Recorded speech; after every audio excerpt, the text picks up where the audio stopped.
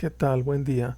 Una actividad relevante del ingeniero es el diseño de equipos. No obstante, estos equipos generalmente van a estar representados por modelos matemáticos que para obtener su solución requerimos de apoyarnos de las tecnologías de la información. Por lo tanto, debemos concluir que los estudiantes de cualquier ingeniería deben conocer tanto simuladores como aplicaciones o programas en línea que le permitan realizar el diseño de ese equipo de manera precisa, de manera confiable y en el menor tiempo posible. Vamos a ver el uso de las tecnologías de la información en ingeniería química. El primer ejemplo es el flujo de aire en un ducto con expansión. Nuestro ducto tiene una longitud de 2 metros. Está ingresando aire a 10 metros sobre segundo y en la salida, producto de la expansión, hay una reducción de velocidad. Entró a 10 y sale a 5 metros sobre segundo. Tenemos aquí las medidas del ducto. En la entrada es de 1 metro y en la salida es de 2 metros. ¿Cómo se resuelve este problema? Pues hay que hacer un cuadriculado en nuestro ducto. Ese cuadriculado también se le conoce de manera técnica como discretizado o mallado. Ahora, en ese cuadriculado tenemos ahí varios puntos. Esos puntos se conocen como nodos. Cada nodo va a ser una incógnita. Es decir, si yo tuviera 100 nodos, tendría yo 100 incógnitas. Ahora, para poder determinar el valor de la incógnita, tengo que proponer yo una ecuación. Si tengo 100 nodos o 100 incógnitas, voy a proponer 100 ecuaciones. Entonces, vamos a tener un sistema de 100 ecuaciones con 100 incógnitas. Para que se acuerden de su bachillerato, aquí en este cuadro rojo les tengo un sistema de 3 ecuaciones con 3 incógnitas que, si recuerdan, ya les demandaba algo de tiempo el resolverla, ¿no? Ya no era tan rápido resolver un sistema de 3 ecuaciones con 3 incógnitas. Ahora imagínense uno de 100 ecuaciones con 100 incógnitas. Pues ya no lo van a poder resolver a mano. Por lo tanto, se tienen que ayudar de una herramienta como es el Excel. En Excel, cada punto que tengo aquí, cada nodo, se va a convertir en una celda. Y aquí está. Cada celda es un nodo. Excel lo va a resolver mediante un método iterativo. Iterativo quiere decir que va a repetir el proceso varias veces, las veces que sean necesarias para encontrar el resultado. Entonces, este valor de 8.7 corresponde al nodo que está ubicado en ese mismo punto, ¿no? Ya que ustedes determinaron todos los valores de todos los nodos, pues lo que vamos a hacer es proceder a graficar ahí mismo en Excel y pueden ver el comportamiento del aire dentro de ese ducto. Pueden ver que pegado a la parte superior, pues las líneas de flujo de aire no disminuyen tanto su velocidad, pero cuando estamos cerca de la expansión, por ejemplo esta línea de 6, entramos a 6 metros sobre segundo, empieza a bajar y cuando nos acercamos a la expansión, pues se baja de manera todavía más brusca. Aquí ya tenemos una baja en la velocidad más brusca y aquí ya es un poco menor, pero vamos a bajar de 6 hasta aproximadamente 2 metros sobre segundo. Pueden ver cómo conforme me acerque yo a la expansión, pues se nota más ese cambio en la velocidad, esa disminución de velocidad. Ahora, este fue un problema muy sencillo, pero bueno, hay casos de ingeniería como lo son las líneas de flujo en vehículos, en aviones, en barcos, que ya demandan la compra de un programa comercial. Ya requerimos ahí programas especializados que sí son pues bastante costosos. Aquí tenemos por ejemplo el flujo de aire en un vehículo de carreras. Pueden ver cómo se comporta el aire. Aquí ya tenemos que introducir el concepto de aerodinámica. Hay que recordar que aerodinámica es la ciencia que estudia el flujo del aire. Y esa aerodinámica pues determina el diseño del vehículo. Y gracias a ella, si se tiene un buen análisis aerodinámico, podemos reducir el consumo del combustible del vehículo y también se puede mejorar el comportamiento direccional a velocidades elevadas. Hay que recordar que un automóvil de carreras pues se mueve a altas velocidades, ¿no? Ahí tenemos que cuidar altas velocidades, esa dirección. Podemos decir que un vehículo tiene una buena aerodinámica cuando éste ofrece la menor resistencia posible al aire. Hay que recordar que esta resistencia pues nos impacta directamente en el consumo del combustible. Ahora, los diseñadores están constantemente revisando lo que son los espejos retrovisores, las antenas, las molduras, las manijas. ¿Cuál es su impacto de estos apéndices en la aerodinámica del vehículo? Ya que tienen un impacto pues bien importante. Entonces, siempre los están revisando, ¿no? ¿Cómo es el mejor diseño, el mejor arreglo para tener la mejor aerodinámica de nuestro vehículo? Estas pruebas que se hacen se realizan en túneles de viento. Estos túneles de viento pues arrojan información sobre cómo se va a comportar el viento en la proximidad del objeto.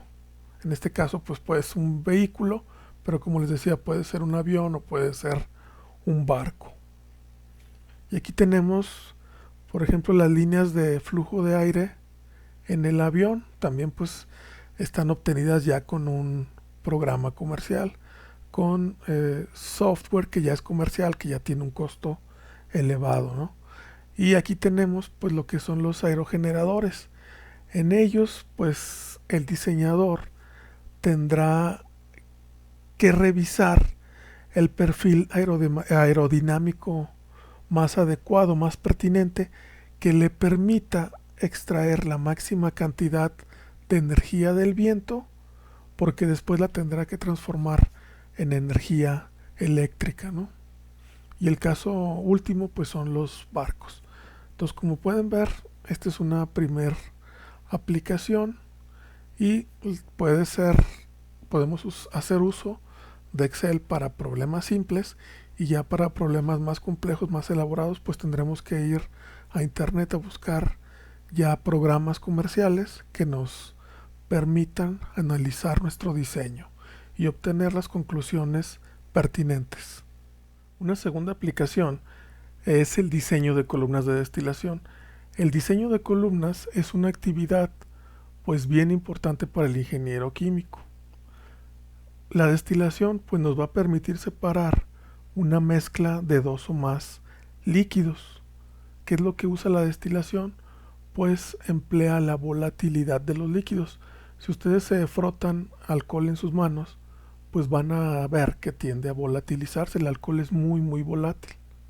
Entonces, esa volatilidad lo usa la destilación para separar los líquidos. Y vamos a ver en este caso la columna. La columna de destilación, desde mi punto de vista, consta de 4 partes importantes.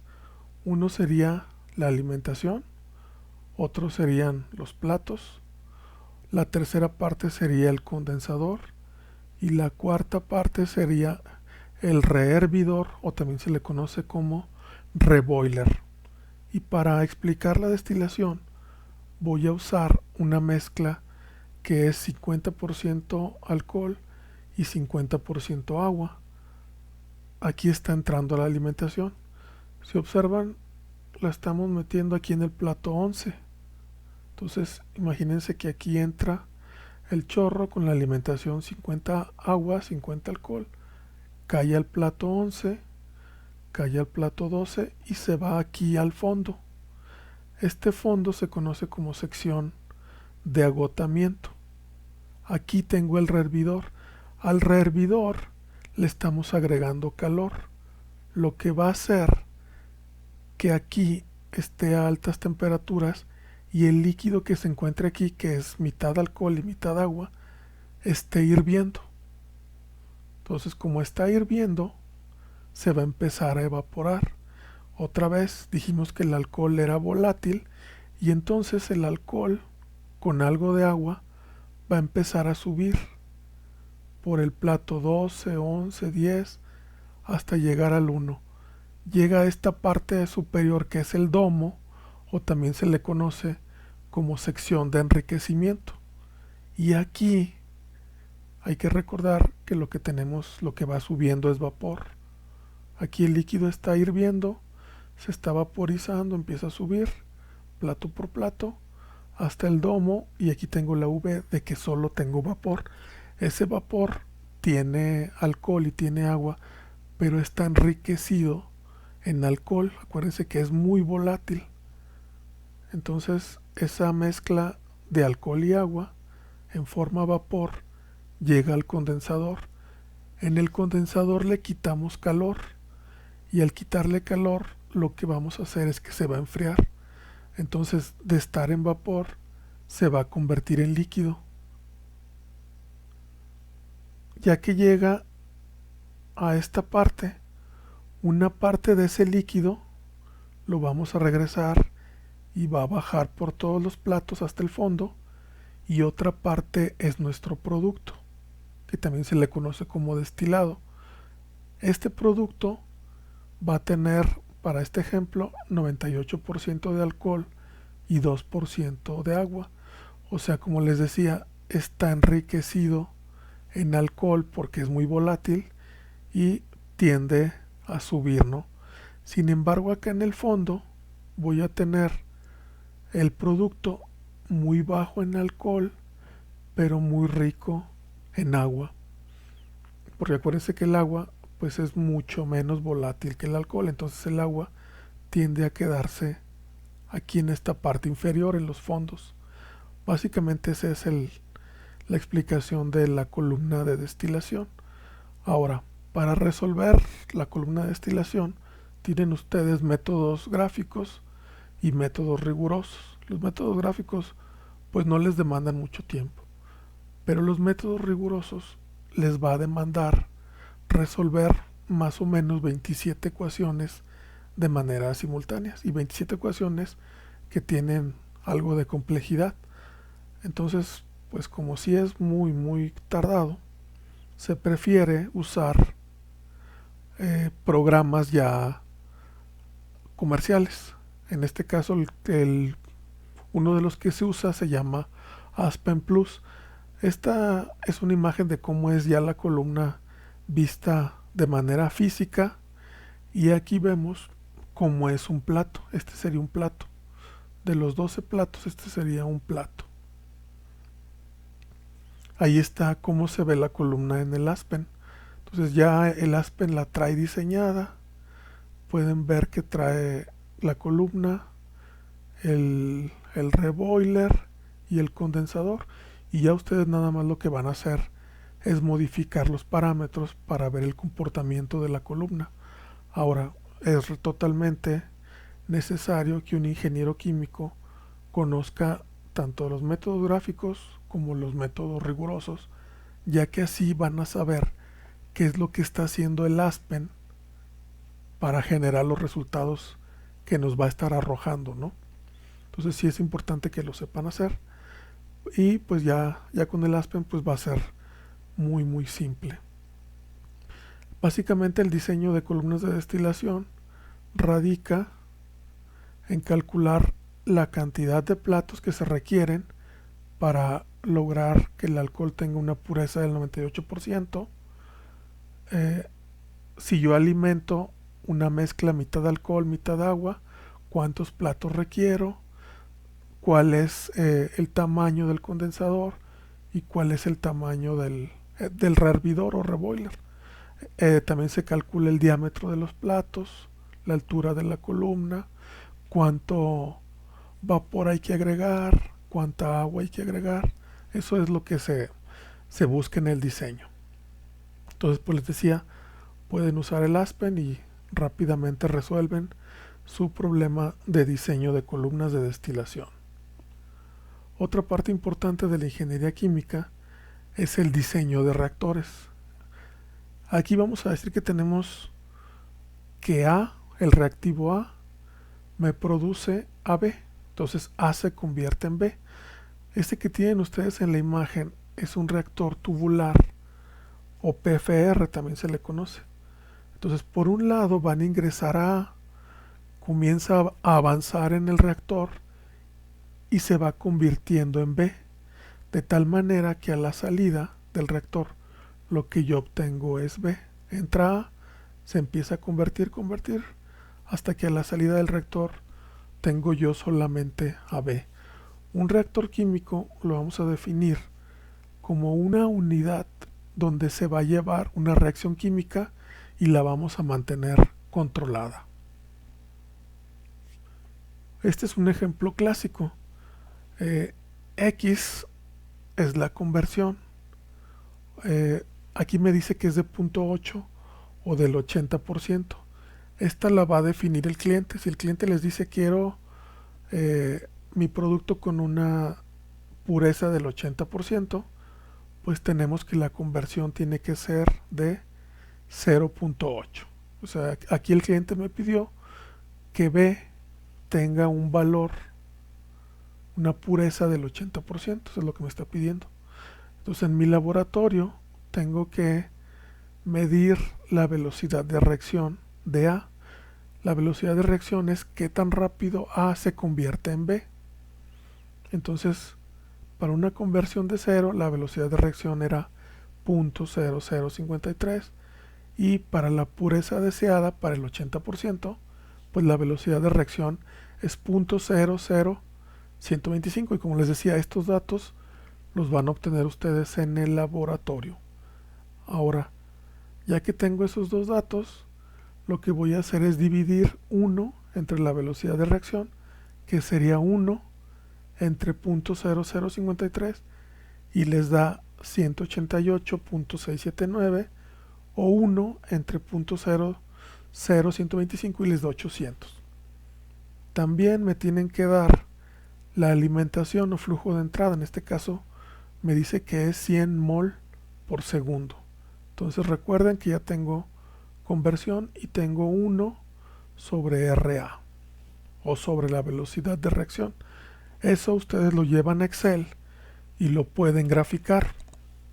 Entonces aquí tengo la conversión, el 80% de pureza, empieza en 0 y termina en 80%, y el 1 sobre RA, que si se acuerdan el último valor era 800. Aquí está.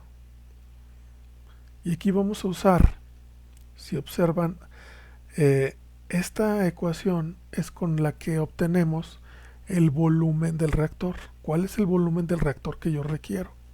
Ese es el trabajo del diseño de reactores. Decirle al cliente, yo requiero un reactor de tanto volumen para generarle a usted un producto al 80% de pureza. Entonces, si observan, aquí tengo una integral que dice dx sobre la velocidad de reacción. Esa integral, si ustedes se acuerdan de sus cursos de cálculo integral, saben que la integral es el área bajo la curva. Entonces de esta curva que yo generé, le calculo su área, aquí la marqué, y va a ser esta parte, va a ser la integral de 0 a x. ¿Cuánto vale x? Pues la pureza que me pide el cliente, que es 0.8 o 80%, y esta dx sobre menos RA, pues es esa integral, es toda esta área. Entonces cuando yo calcule esa área, que lo voy a hacer con Excel sin ningún problema, lo multiplico por el flujo, por los 100 mol por segundo, y sé de qué tamaño, de qué volumen tiene que ser mi reactor. Es un proceso pues que lleva algo de tiempo sin ser muy complicado, pero no lo podemos ahorrar si usamos el Aspen que ya trae su reactor, ¿no? Vuelvo a lo mismo, tenemos que saber hacerlo a mano para después saber qué es lo que está haciendo el Aspen y poder analizar los resultados que nos arroje el Aspen de nuestro reactor FR. Bueno, pues ya vimos que yo pudiera diseñar una columna de destilación o un reactor PFR auxiliándome de un programa tan simple como es el Excel, ¿no? Una herramienta como es el Excel. Pero cuando ya hablamos de que voy a conectar varios equipos, ya no va a funcionar lo que hemos estado platicando. Ahí sí tienen que usar obligatoriamente un simulador de procesos. Sí van a tener que usar ahí, investigar cuál es el que más les conviene en internet y pues emplearlo. Cuando ustedes tienen el simulador, pues lo que van a hacer es variar los parámetros, por ejemplo temperatura o presión, y qué efectos tienen en su producto de salida, en los costos de su producto, en la pureza de su producto, qué pasa cuando aumento la temperatura, qué pasa cuando la disminuyo, necesita más presión, bajo la presión. Para eso les va a servir el simulador. Entonces cuando ya hablamos de un proceso integrado, ya completo, donde tenemos ya varios equipos, todos interactuando, pues sí se requiere usar un simulador. En este caso, este ejemplo que está aquí, pues es hecho en Aspen. Entonces, pues para simulación de procesos, sí requerimos, como su palabra lo dice, un simulador. Ya no va a bastar con los diseños individuales. Sin embargo, el conocer esos diseños individuales me permite saber qué es lo que hace el Aspen de manera interna. Eso no se les olvide, que como buenos ingenieros tienen que saber diseñar cada equipo por separado. Otra aplicación es la obtención de modelos matemáticos. Aquí tengo yo una tabla donde tengo tiempo, velocidad, tiempo de 0 a 6 y la velocidad de 2.5 hasta 4369.9. Imagínense que a lo mejor le estuve midiendo con un cronómetro, estuve midiendo el tiempo y alguien me estuvo dictando la velocidad de su vehículo, ¿no? Cuando eso yo lo ingreso a Excel y yo ingreso esa tabla, puedo obtener una ecuación como la que tienen aquí con V. Esa ecuación representa una curva que pasa por todos los puntos de mi tabla y me va a permitir hacer predicciones. Por ejemplo, en mi tabla yo no tengo el valor de punto 15. Con esta expresión en las t sustituyo el punto 15 y voy a saber la velocidad que corresponde a punto 15. Esta r cuadrada igual a 1 me dice la precisión de la ecuación. Si es 1, significa que es la máxima precisión. Si fuera .86, pues a lo mejor habría que buscar otra ecuación porque no es tan preciso. Entonces mi ecuación tiene que arrojarnos una r cuadrada lo más cercano a 1 que se pueda. Y aquí tengo un ejemplo. ¿Cuál es la velocidad de los 4.5 segundos? Más o menos aquí. Sustituyo en t, pongo los 4.5 en todos y me da 1346.33. Entonces los modelos matemáticos los van a poder ustedes obtener. En este caso yo lo obtuve en Excel, pero está, por ejemplo, en internet está el Desmos, o también pueden usar MATLAB. Tiene por ahí una herramienta para obtener modelos matemáticos. Hay muchas formas de obtenerlos por internet, ¿no? Es cuestión de buscar. En lo particular, pues aquí estoy usando Excel. Ahora, estos modelos pues son para cualquier área de la ingeniería. Siempre gran parte de la investigación es estar arrojando modelos y compararlos con lo que es la realidad. Vamos a ver la última aplicación, que es la optimización. Si ustedes se acuerdan de sus clases de cálculo diferencial, hablábamos de optimización como minimización o como maximización. Tenemos esas dos vertientes. Aquí para recordar tengo un ejemplo de minimización. Entonces imagínense que ustedes tienen un proceso donde requieren administrar líquido para enfriar, pero obviamente el proveedor no lo vende con un costo en dólares. Entonces se hicieron experimentos donde, por ejemplo, si ustedes ingresan 50 litros, el costo es de $10,000. Luego le administramos 100 litros y más o menos me cuesta 3,500. Entonces ustedes empiezan a observar que a mayor cantidad de litros administrados se me disminuye el costo. Por ejemplo, aquí, que son como 180, pues el costo son menos de 100, vamos a decir $90, ¿no? Y ustedes pueden decir, entonces le voy a seguir incrementando para, para que siga disminuyendo el costo. Pues no. De ahí, después de esos 180 empieza a subir. Por ejemplo, si ustedes le administran 300, el costo vuelve a subir a 3,500 y ya vieron pues que ya pasaron el mínimo.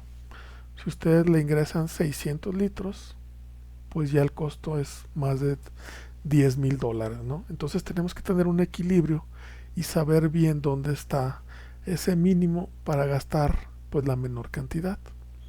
Para ese tipo de problemas en los 80s se crearon una estrategia que son los algoritmos genéticos, que no es más que reproducir el proceso genético de los organismos vivos. Hay que recordar que Darwin tiene una teoría de la selección natural que dice pues que cada generación van a sobrevivir los organismos pues más fuertes, ¿no?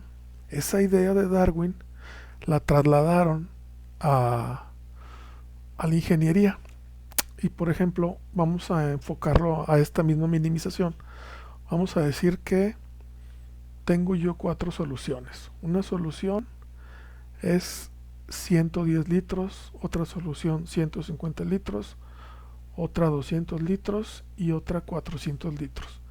A cada solución le vamos a asignar genes. Por ejemplo, este de 110 litros tiene estos genes 10, 3, 1, 0, 10. Esta tiene estos genes, cada una tiene sus genes bien definidos. Esa va a ser nuestra primera generación. Entonces las evaluamos y vemos que por ejemplo esta de 110 nos da un costo de 3,500, que esta de solución de 150 nos da un costo de 120 y esta, acuérdense que son dólares, esta de 200 me da un costo de $122 y la de 400 me da de 6,000. Entonces el algoritmo va a ver cuáles son las dos mejores soluciones de esas 4 que propuse, que son mi primer generación, cuáles son las dos que minimizaron mi función. Entonces las que me generan valores más bajos de costo en dólares pues es la de 150 y la de 200. Por eso la estoy marcando aquí en rojo, ¿no? Esas dos las va a seleccionar y las va a cruzar para generar un nuevo individuo. Estos serían los padres, cada uno con sus genes, y al cruzarlos me generan un nuevo individuo que es una nueva solución, que en este caso vamos a decir que fuera 170 y me dé un costo de $70. Y esto se va a repetir varias veces hasta que tengamos al mejor individuo, que es nuestra mejor solución, que va a ser la solución que nos dé el mínimo. Entonces vean qué interesante, vean cómo reproduciendo algo que está en la naturaleza pues podemos resolver problemas de cualquier área de la ingeniería. Y les estoy hablando desde economía, que son modelos muy complejos, robótica, control, ingeniería química, y aquí les puse nada más 2 ejemplos. Tienen el primero es de la Universidad de Guanajuato, es una investigación en lo que es optimización de un proceso de fermentación para producción de xilitol a través de control óptimo con un algoritmo genético. Y la otra es algoritmo genético para la ubicación óptima de sensores en un robot seguidor de línea. O sea, estamos hablando de una aplicación de química y una aplicación de robótica. Pero así como les puse estas dos, pues van a tener muchas, muchas más, ¿no? Entonces vean cómo limitar a la naturaleza nos está resolviendo problemas matemáticos. Y de eso, pues ya que observaron que funcionó, pues ya hubo quien propuso uno que se llama parvada de aves. Y ese pues se basa en que cuando las aves vuelan en grupo, tienen un comportamiento específico para, por ejemplo, cuando son atacadas por un depredador, o también para que de acuerdo al flujo de aire gasten ellos menos energía, ¿no? Para llegar a su destino.